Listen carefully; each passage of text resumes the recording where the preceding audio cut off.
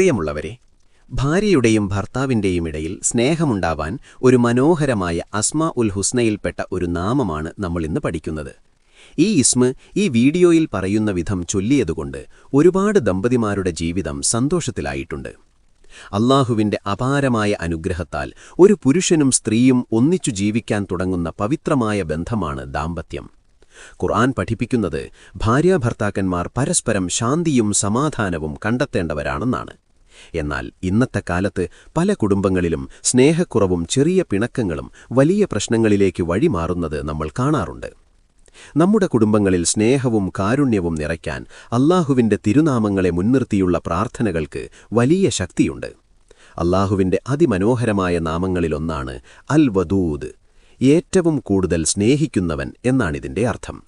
ഹൃദയങ്ങളെ തമ്മിലടുപ്പിക്കാനും അകന്നുപോയ സ്നേഹം തിരിച്ചുപിടിക്കാനും ഈ തിരുനാമം ചൊല്ലി പ്രാർത്ഥിക്കുന്നത് വളരെയേറെ ഗുണകരമാണ്. നമുക്ക് ശീലിക്കാവുന്ന ഒരു പുണ്യകർമ്മം. ഭാര്യാഭർത്താക്കന്മാർക്കിടയിൽ സ്നേഹവും ഐക്യവും വർദ്ധിക്കുന്നതിനായി പണ്ഡിതന്മാർ നിർദ്ദേശിക്കുന്ന ലളിതവും എന്നാൽ ഫലപ്രദവുമായ ഒരു രീതിയാണിത്. എല്ലാ ദിവസവും ഇശാ നിസ്കാരത്തിനു ശേഷം അല്ലാഹുവിൻ്റെ തിരുനാമമായ യാ വദൂദ് എന്നത് 33 തവണ ചൊല്ലുക.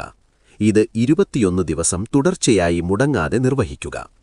നിസ്കാരശേഷം ഭക്തിയോടും ആത്മാർത്ഥതയോടും കൂടി അല്ലാഹുവിലേക്ക് കൈകൾ ഉയർത്തി, അല്ലാഹുവേ, ഞങ്ങളുടെ കുടുംബത്തിൽ സ്നേഹവും സമാധാനവും നൽകേണമേ എന്നു പ്രാർത്ഥിക്കുമ്പോൾ തീർച്ചയായും അല്ലാഹു നമ്മുടെ മനസ്സുകളെ തമ്മിൽ അടുപ്പിക്കും.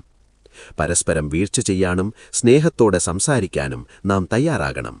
അല്ലാഹു നമ്മുടെ ദാമ്പത്യ ജീവിതം സന്തോഷകരമാക്കട്ടെ. ആമീൻ.